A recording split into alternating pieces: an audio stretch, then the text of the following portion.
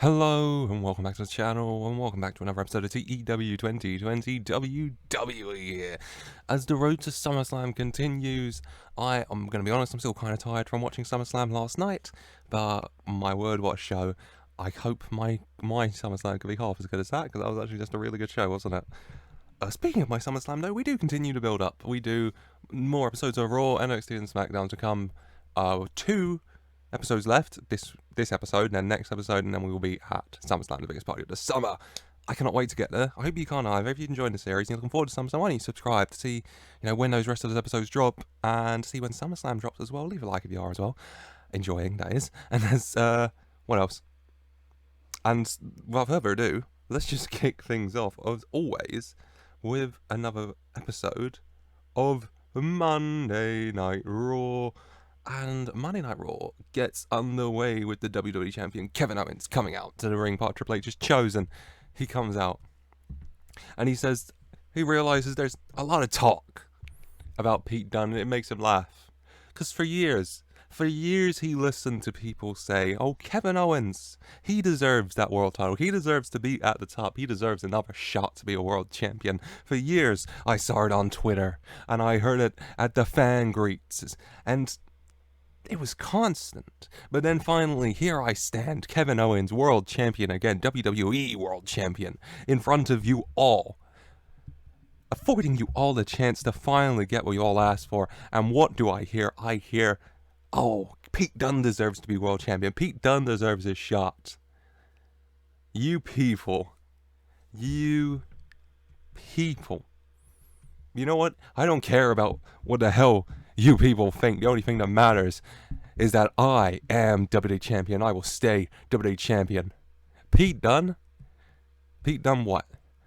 The fairy tale story of Pete Dunne in his home country of England at Wembley Stadium, finally become the first English WWE world champion, will be crushed. Because you see, Pete, I don't care where you want to train. Go to the UK to train with your little buddies. Go to Orlando to train over there. Hell, try and fly to Canada to train just like the big man himself, Kevin Owens. It doesn't matter. Because at SummerSlam, your dream and everyone else's dream will be crushed when I put you down and the ref counts that free and you hear those magic words, still WWE champion Kevin Owens. For a 100, of course, brilliant from Owens, making his intentions clear. He's going to beat Pete Dunne. He doesn't care about the big story, Pete Dunne at Wembley, WWE title, he's going to retain. Brilliant. Okay, as then next up, it's time for a Fatal 4-Way Intercontinental Championship No One Contenders match. Sheamus coming out first, then Robert Roode, then Apollo Crews coming out, and then Drake Maverick coming out and announcing that the fourth participant will be a superstar. That's been impressing him a lot in recent months. That, Drake Maverick says that maybe it's not always about winning, it's about showing what you can do, about never giving up, about having determination. Okay, in my career as a wrestler, as a superstar, that's what I have learned. And so, I would be wrong not to appreciate those talents in those areas. And so, ladies and gentlemen, the fourth man, Edris Anafe, and Edris Anafe comes out, Chase U, backing him up. Apollo Crews not happy about Edris being here. Fatal 4-Way, Crews, Edris, Roode, Sheamus, match going on. Apollo Crews trying to, teach Edris Anafe a lesson. Edris Anafe fighting back very strongly against Apollo Crews. We're to a point where glorious Mr. Robert Roode himself, wore Edris down a bit. It's just them in the ring. Roode picks up Edris, ready for the glorious DDT.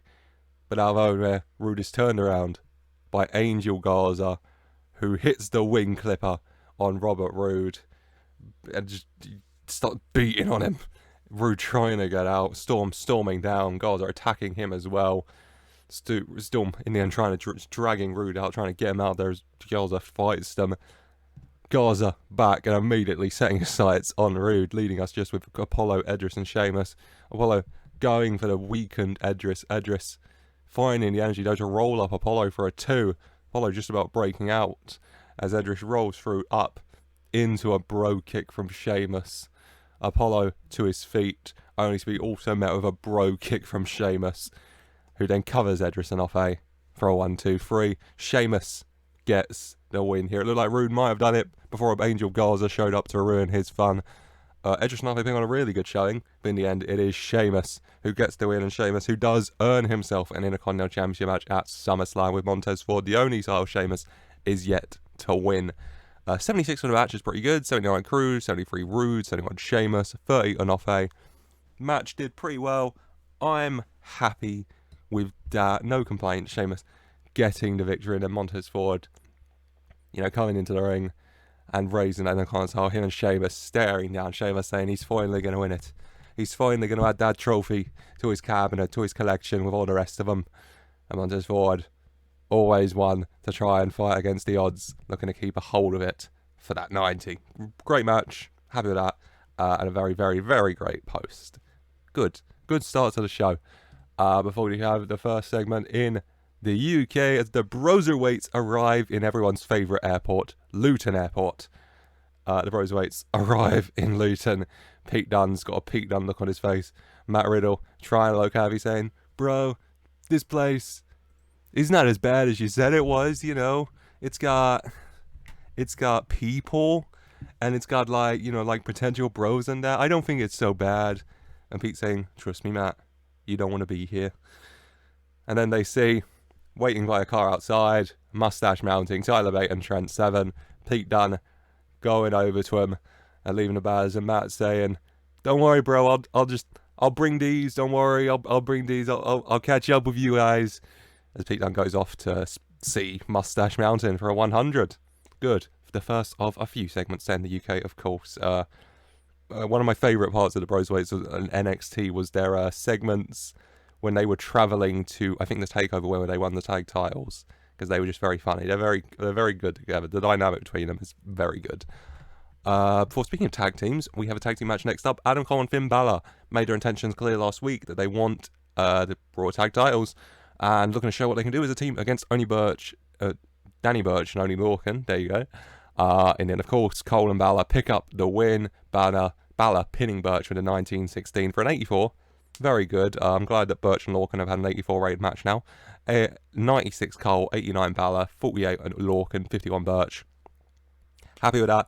Good match as Cole and Balor stand until afterwards, making their intentions very clear. They want those Raw tag titles. They've shown they can work together as a team. A good start for it. As then we cut to a video of Damian Priest, the hardcore champion, and he says that he saw Gunther's little promo last week talking about the hardcore championship, saying how disrespectful it is to this great ring, and I'm just here to tell you that the hardcore championship is wrestling, because your idea of wrestling might be one-dimensional, Mr. Gunther, but in the end it's multifaceted, and hardcore is definitely one facet of it, and I am happy to stand here as the hardcore champion. And if you want to try and take this belt from me, Gunther, you can go right ahead. You can take a shot at me, but just know that the Archer of Infamy will be taking a shot right back, and I will happily kick your ass anytime you want and retain my hardcore championship. For a 96, very good promo from Damian Priest, actually. He's getting much better on the mic, isn't he? Happy with that. Good work, Priest. As then, it's time for another little segment in the UK, and we just show Dunne training with Mustache Mounting. Now, they're in the UK Performance Centre, and it's just Dunne and Mustache Mounting. Very strong style, as the collective is known. Training very hard, the three of them.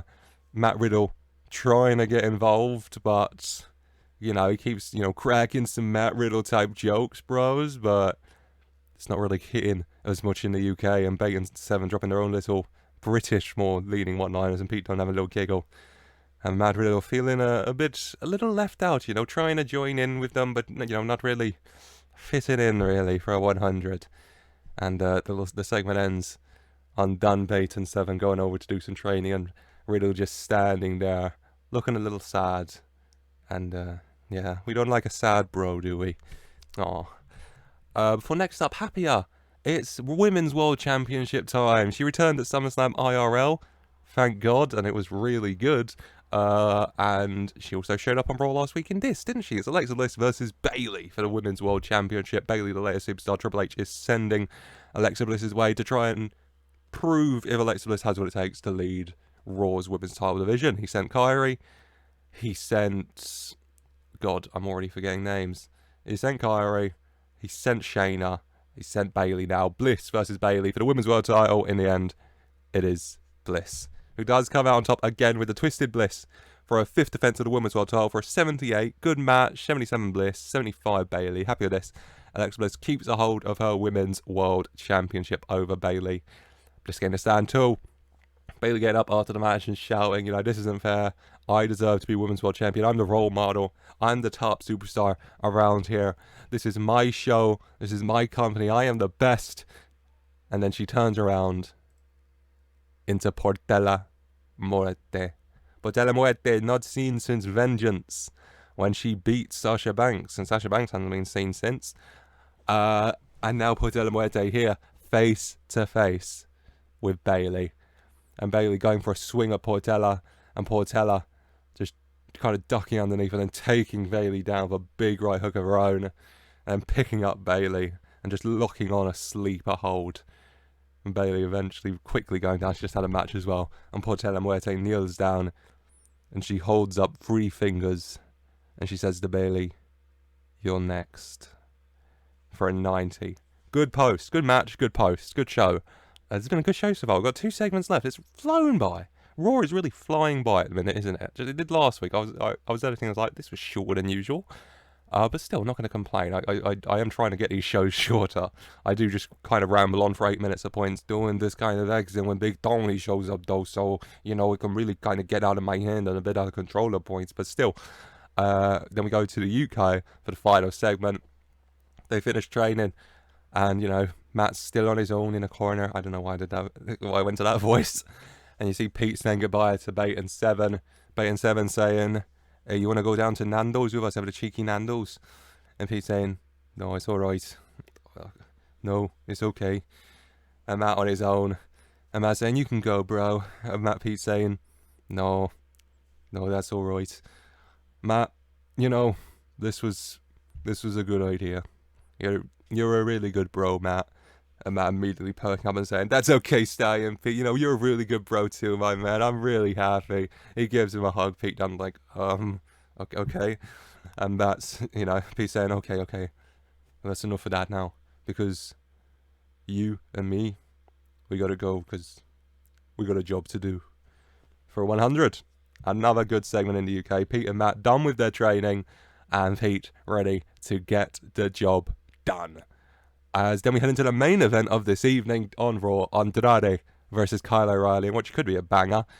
If Kyle O'Reilly wins, then at SummerSlam it will be Kyle O'Reilly versus Triple H. He beats Andrade, he gets his match with Triple H. Can he do it, or will Andrade stand tall? Andrade and Kyle O'Reilly just beat the hell out of each other for 20 plus minutes. It's all out between the pair. A hard-hitting matchup. In the end, Andrade gets Kyle O'Reilly ready to hit La Sombra, but Kyle manages to fight out of it and lock Andrade into a guillotine choke. And Andrade tries to fight out, but he can't in the end, having to tap out. As your winner is Kyle O'Reilly. The former WWE champion does stand tall for a 95. Amazing match. 96 Andrade, 95 Kyle O'Reilly. Really, really, really, really good match. As Kyle O'Reilly does stand tall. He gets the win and he gets his match with Triple H at SummerSlam. And Triple H does come out to the stage. Kyle's music starts playing, then it just cuts and you just hear Triple H voice saying, "Congratulations, Kyle. You finally got what you wanted. But trust me, you're not going to like it. Because I'll see you at SummerSlam. Kyle, you and me. No holds barred. And I promise you, Kyle, you'll regret asking for this match because I will end you." For 100, it ends Triple H standing on the ramp, Kyle looking up from the ring, both death staring the other.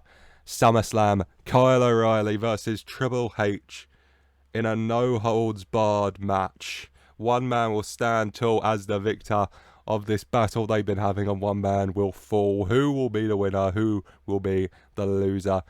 We will find out at SummerSlam, one of the big main event matches of the show, of course, as another episode of Raw comes to a close for a rating of a 96. Brilliant, really, really, really good show, I thought. I'm very happy with that. Another good episode of Raw. Only one episode of Raw left, the go-home episode next week before SummerSlam. It's crazy how quickly it's flown by. It really feels like I was just recording WrestleMania yesterday. It's crazy. I can even remember recording SummerSlam last year. It's really just flown by, honestly. I'm loving it, though. And we've got 5 shows left to SummerSlam. Let's make it 4, shall we? Let's kick things off, or continue things here, shall I say, with another episode next up of NXT.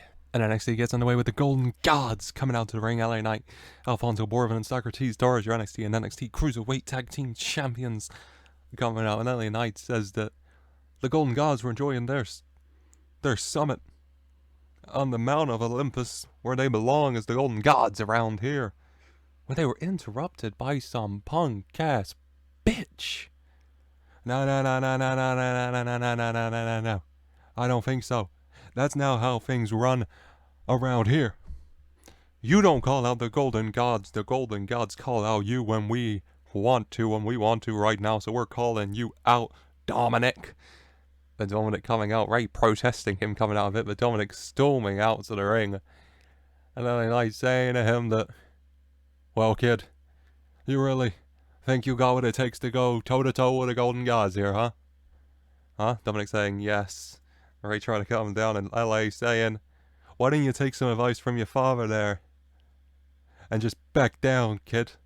Because you can't go toe-to-toe with the best quite clearly, so you may as well give up. When Dominic just slaps the mic out of LA Knight's hand. LA Knight not looking happy. Dominic making another challenge, and Socrates Torres stepping forward and smiling and saying, you want to fight? I'll give you a fight. For an 80, decent little opening promo. Later tonight, Socrates Torres, one half of the Cruiserweight Tag Team Champions, one half of Spanish Fly, 1/3 of the Golden Gods, takes on Dominic Mysterio. Then we go backstage to Logan Paul and his best mate Maverick Corbin, and they're talking, they're laughing, and Logan Paul gets a bit creeped out as they walk past Dexter Lumis, just skulking about backstage. And Maverick Corbin sees this and he storms over saying, hey, nobody creeps out my best friend Logan Paul, internet sensation, pro boxer, Logan Paul. And Maverick Corbin challenging Dexter Lumis to a fight, saying I'm going to smack some sense into you for daring to creep out my best friend Logan Paul like that.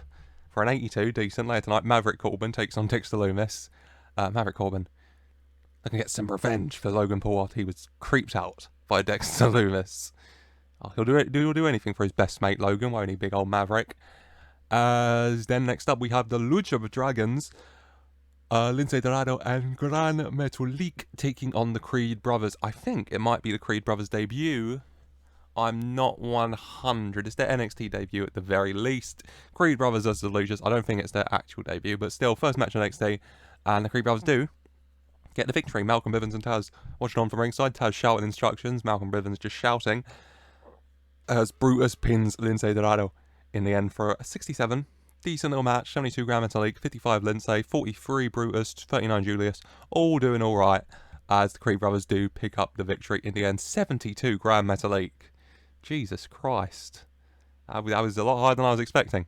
The Creed Brothers stand until, Taz raising their arms, Malcolm taunting, Roderick Strong standing in the ring with him as out comes the Cruiserweight Champion, Trey Griffin. Not seen, took a few weeks off after being attacked by Roderick Strong in the Diamond, but he's back out. And it goes face to face with Roderick Strong, Cruiserweight title in hand. Roderick Strong smiling, Trey Griffin straight face. He's got his game face on as he returns to confront the Diamond Mines leader, Roderick Strong, here for a 76. Good match, good post. Happy with that, going well, doing good. Then next up it is Dexter Lumis versus Maverick Corbin. Maverick Corbin's first match with his new name and his best friend at ringside, Logan Paul. As Maverick Corbin hits I need to edit it, the Happy Days. God. Hits the... What are we going to call it? We'll just go with the End of Days for now. He hits the End of Days. I'll work out a Logan Paul themed name for that finisher. As Maverick Corbin has stormed to victory over Dexter Lumis for a 71. Decent match. 65 Maverick Corbin, 56 Dexter Lumis. Decent enough, Maverick Corbin gets the win. Logan Paul after the match gets in the ring and raises his best friend's hand. Yeah, lovely. Maverick Corbin, Logan Paul, best mates. All happy about that. Then we go to Next Gen's locker room. Candice LeRae talking to Cora Jade and Roxanne Perez in Storms. Jade Cargill. Cora Jade standing up, but Jade Cargill saying, I'm not here for you. I'm going for Roxanne. And saying, I heard we're teaming up later tonight, and I just want to tell you, just to let me handle it, okay? Just stay out of my way, stay at ringside, and I will deal with those two bimbos in Buffing and your boyfriend. For a 66. Nice. Later tonight, Jade Cargill and Roxanne Perez both looking to, take on Dakota Kai for that NXT Women's title at SummerSlam. Taking on Buffing and your boyfriend, NXT's challengers for the women's tag titles. As then comes out the family.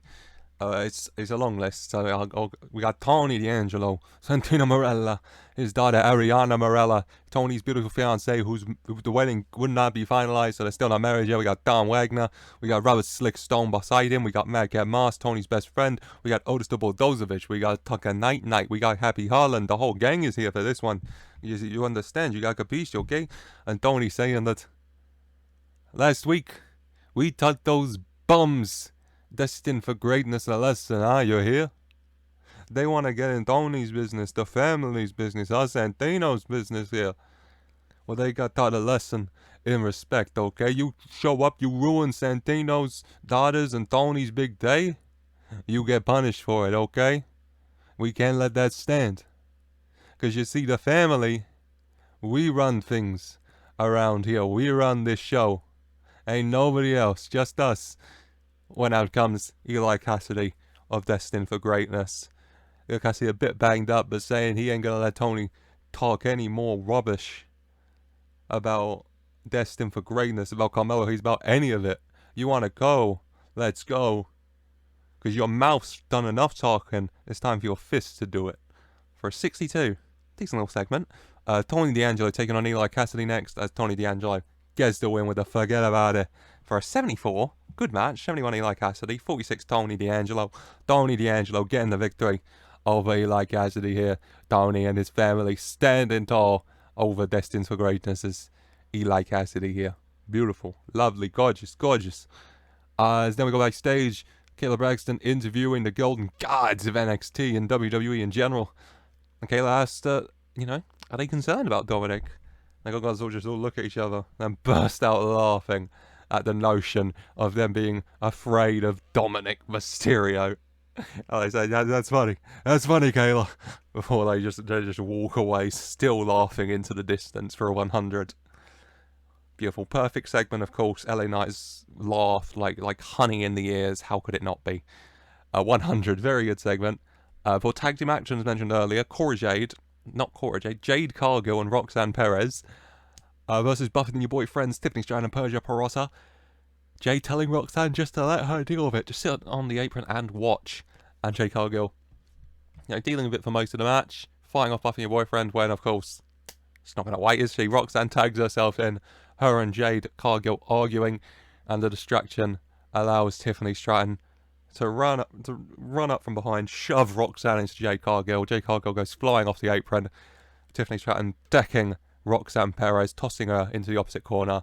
Persia Pirotta putting her ass, and then Tiffany Stratton hitting her finisher. I don't know its name. She does a hell of a lot of flips, doesn't she? And then she does that beautiful, kind of starts as a Starship Pain, I want to say, and then like a corkscrew. It's lovely. On the way to a big victory for Buffy and your boyfriend, Jade and Roxanne could not work together, unsurprisingly. And Buffy and your boyfriend do pick up the win for a 55. Good match. 51 Roxanne, 50 Jade, 48 Persia, 37 Tiffany. All doing alright, as Tiffany Stratton does get the win here. Nice. Another good match. Happy with that. We go backstage. Isaiah Swerve Scott with Hit Row, and Isaiah saying, you see what I did, huh? I called him out. I'm the champion. I'm the only champion around here, the North American champion. This is my division. Tyler Taylor saying, like, yeah, man, you called him out, but, I mean, he called you out first still. And that's not very champion of you, man. And Isaiah saying, it don't matter if he called me out first. I called him out. I made that challenge. Okay? Top Dollar saying, I mean, if he never called you out, you never made that challenge. So, was that your decision, or did he just trick you into it? as in walks Jonathan Gargano, Johnny Gargano, and Johnny saying that, look, y'all can say whatever you want, but all that matters is SummerSlam, NXT North American Championship on the line. Isaiah, you can bring your boys here and your girl if you want, or you can leave them. I don't mind. I've had the odds against me before. I'm sure I'll have them again. But either way, you and me, for that title, I want you to know, Isaiah, I'm looking forward to it. I'm especially looking forward to being NXT North American Champion again. 100. Johnny walks away. Isaiah watching on. Top Dollar watching on as well. 100. Good. Another good segment. Going well. Moving lovely. As main event time, Dominic Mysterio takes on Socrates Torres. Dominic looking to prove and earn a shot at the Cruiserweight Tag Team titles at SummerSlam. Torres looking to shut him up, laughing at the notion of Dominic being a threat. Ray at ringside for Dom. Dom being a bit more vicious. Ray showing a bit of concern with that. Golden Gods watching on at Socrates. As the match ends, commotion ringside between Ray and LA Knight. The referee getting them apart as Dom lifts up a chair that Alfonso slid in for Socrates. Socrates went for it on Dom. Dom stopped him. Dom picks it up, looks at Socrates, and then smashes it on the floor, tosses it to Torres, drops down. The referee turns around. Socrates Torres protests, but the referee calls for a disqualification, the win to Dominic Mysterio. He did pull the Eddie Guerrero. He lied, cheated, and stole his way to a Cruiserweight Tag Team title match at SummerSlam 70. Not the best match, wasn't expecting it, not enough psychology. What are you going to do? And ending in a DQ, I think, also brings down the rating, but who cares? 83 Torres, 56 Mysterio. Good match. Torres doing very, very well here. His popularity's in like the 80s, I think across America it's between 81 and 85 in all the places, so he's done very well. But Dominic gets the win here, pulling inspiration from his one true father, Eddie Guerrero, on his way to it. After the match, Golden Gods in shock in the ring. Rey Mysterio can't believe it either. Dom's celebrating though. He did the Eddie, and him and his father earn a shot at the Cruiserweight Tag titles at SummerSlam for 100. Good main event, good post. Happy with that. Really good NXT again. The Golden Gods can put watch on as Alfonso can't bear to look at Mysterio anymore. Turns around into a cave-in. I need to take him out of the group. From Cameron Grimes returning. Last time in the series kicked out the Golden Gods. And back here, cave into Alfonso Bourbon. Looks over at LA Knight, goes right for him, but LA Knight hightails it out of here. Torres as well for a 98. Cameron Grimes is back and immediately sets his sights on the group that kicked him out, the Golden Gods here for that 98. Really good main event. And then two really good post-match segments. Gets NXT a rating of 83. Decent NXT. The 70 definitely brought it down, but I don't care too much. Decent all-around episode of NXT. Still building out that SummerSlam card, black and gold-wise. Doing really well, I think. And I'm very happy. Again, another good episode. I think another good show.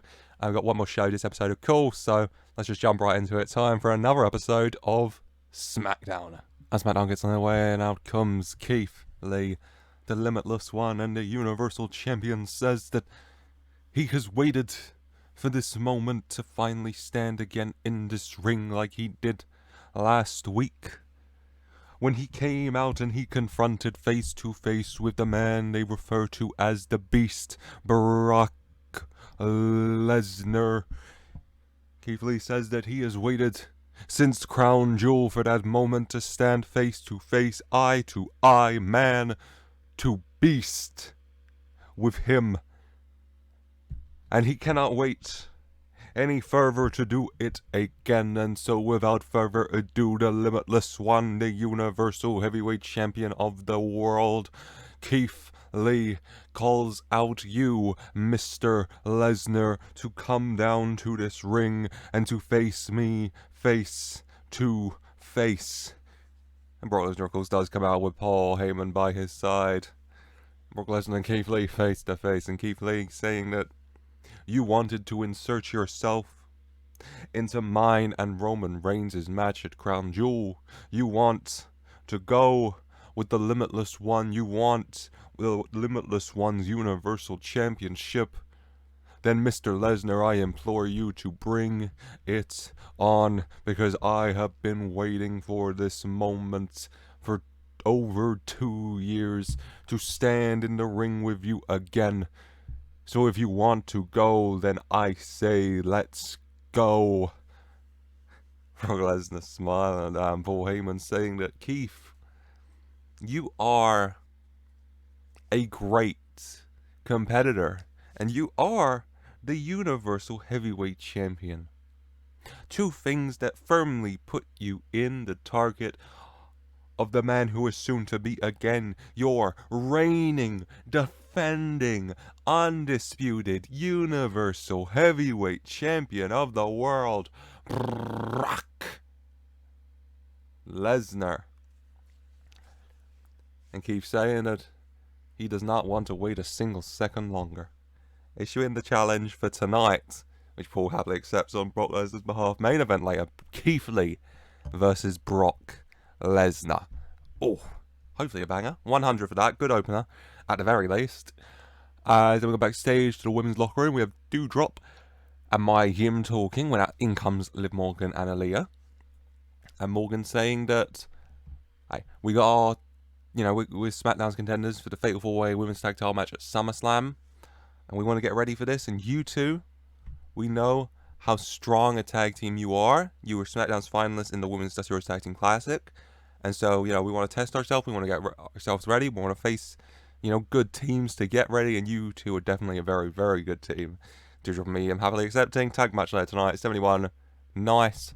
And then we have Bronathan, big Bron Breakker taking on Jinder Mahal.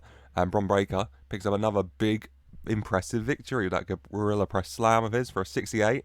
Decent little match. 60 Bron, 57 Jinder. Doing okay. Bron Breakker does get the victory here. And then he gets the mic.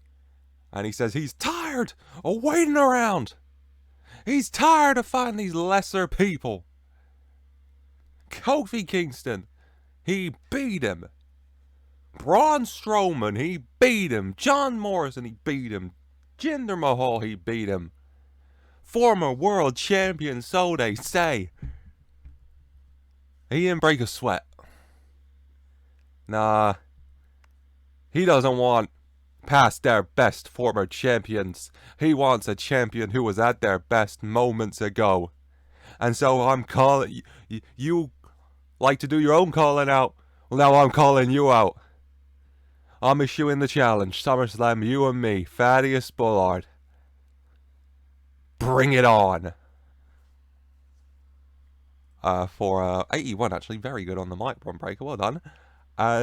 Bron Breakker has enough of old champions. He wants a recent one at that. Calling out big bad Thad himself, Thaddeus Bullard, for SummerSlam. Bullard not seen since Lesnar beat him and Heyman turned on him at Crown Jewel. Will Bullard accept Bron Breakker's challenge? What do I say? I'm just very happy with that 81 from Bron Breakker. Very good on the mic, mate. Well done. Then next up is Bianca Belair versus Lacey Evans. Rhea Ripley watching from ringside. Belair and Ripley ready for their women's $1 million title match at SummerSlam. There you go. And, Belair just picks up a nice victory against Lacey Evans. 77, decent match. 70 Belair, 55 Evans. Yeah, is that okay? You just get him on the card. Belair gets a victory. Rhea Ripley watching on. As then, we have out comes the SmackDown Tag Team Champions, Bronson Reed and Samoa Joe. And they say, we called you out last week, Fiend, Cross. And so it's time for you to come out and face us, man and man to man and man, or whatever the hell you freaks are. Reed and Joe waiting, as then the music of the Firefly Funhouse starts, and out comes Bray Wyatt, Cool Kid Kevin, and Scarlet the Witch, all having a great time making their way down to the ring. And Reed and Joe not happy. Bray Wyatt saying that, now I know that you might not have invited us by name, but trust me when I say you'd much rather we come down here than they do. Samoa Joe saying that I'm not afraid of you. I'm not afraid of that thing. I'm not afraid of him, of her, of any of it. You want to play these games? We can play these games, but I won't be afraid. And Bray Wyatt's laughing and smiling, saying, maybe you should be. That's manager having enough and saying that I'm going to make this very clear to you right now. One challenge. Because me and Bronson, we both want this. Bronson nodding in agreement. And Joe saying, we want the Fiend. We want Cross. We don't want whatever side, show attraction you're putting on right here. We want them. And so, if we must pay the toll for it, we will. SummerSlam, our Smackdown tag titles. But you only get that shot if we get the Fiend and we get Cross.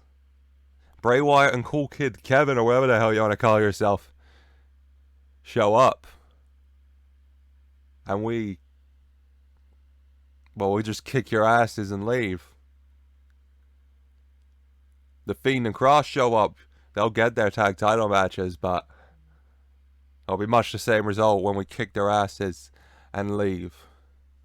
And Bray Wyatt and Cool Kid Kevin both smile and look at each other, and Bray Wyatt looks over and he holds up the mic and he says, I think you're really gonna regret that decision. As then the lights go out and you just hear the laughing across the arena. They come back on, Wyatt, Kevin, Scarlett, all gone. And Reed and Joe just looking around, having issued that challenge. Is that a mistake on their behalf? Well, they say they're not afraid, so I guess not. 100. Very good segment. Very, very nice. Beautiful. Tag title challenge. Reed and Joe issuing that tag title challenge to The Fiend and Karrion Kross.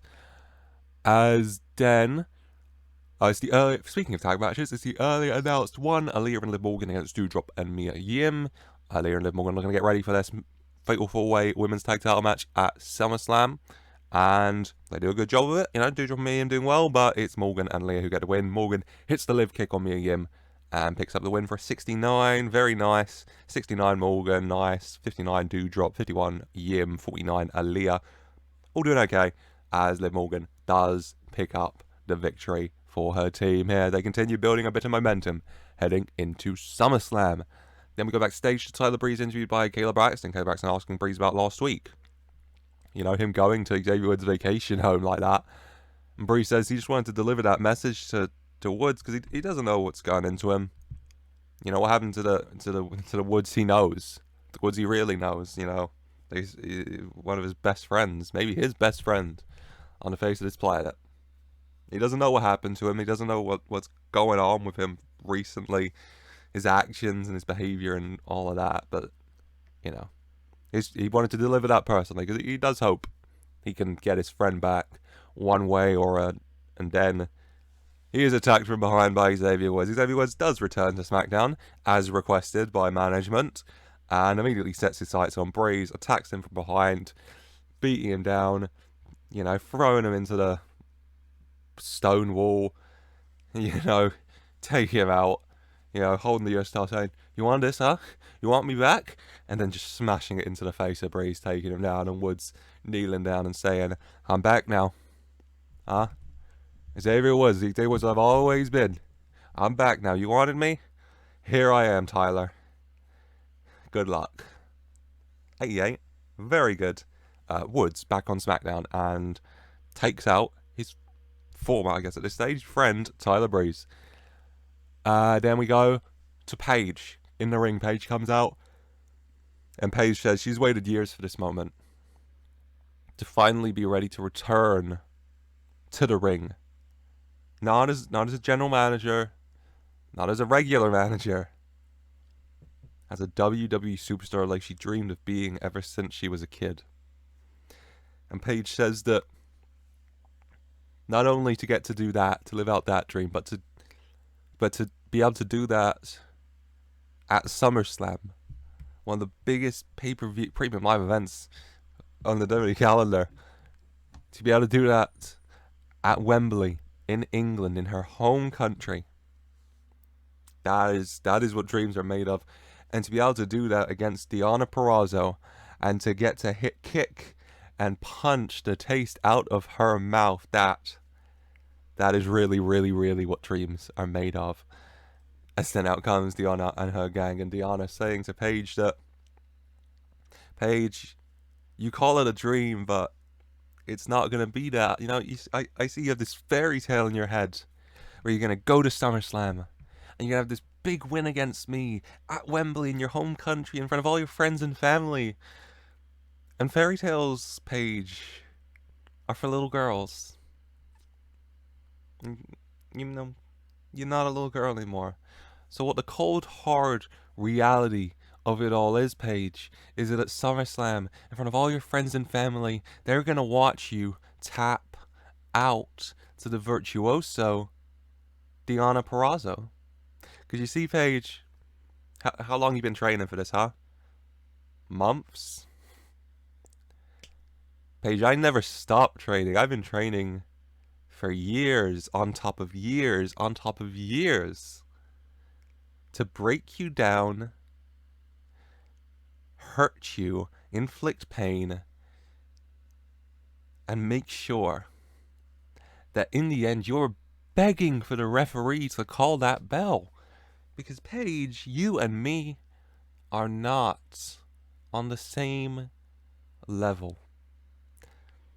But, Paige, you keep talking about SummerSlam, and I just don't know why we have to wait.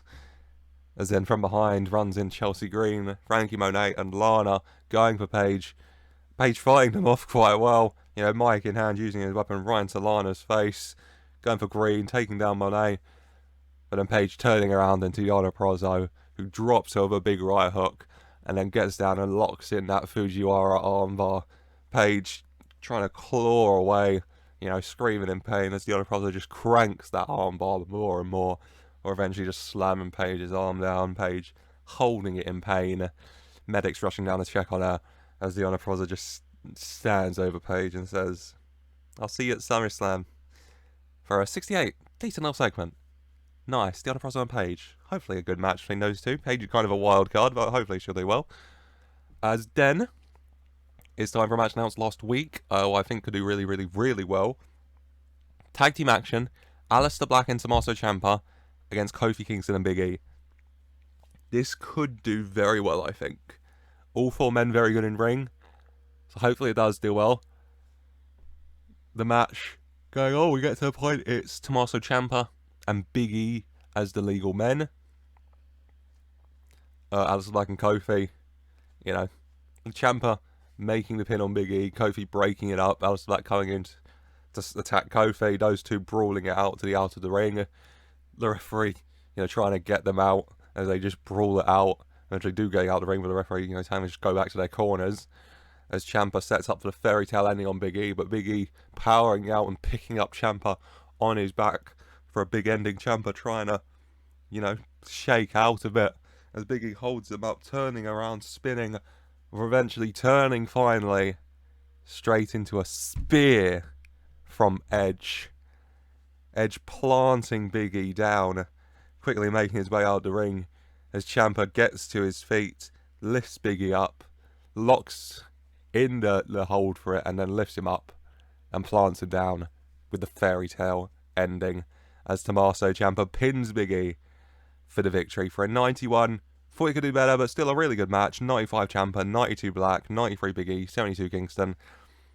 I thought this might have got like a 95 or something, but I won't get too upset about 91. That's still very good. As Black and Ciampa do pick up the victory after that big interference from Edge with a spear to Big E, laying him out, allowing Ciampa to hit the fairy tale ending on way to victory. 91, very good. You know, after the match, Black getting in the ring, you know, after tossing Kingston in, Kingston to his feet, and Edge just plants him with a big spear as well. Before, you know, Ciampa lifts him up and pushes him to Black, who hits the Black Mass to lay him out. And then Black and Ciampa stand either side of Edge, just looking down the camera and smiling as Edge raises Black and Ciampa's arms. I need to update Edge's picture. It's Edge's, you know, short-haired look. You know the one. Edge raising Black and Ciampa's arms over Big E and Kofi Kingston for a 100. Good.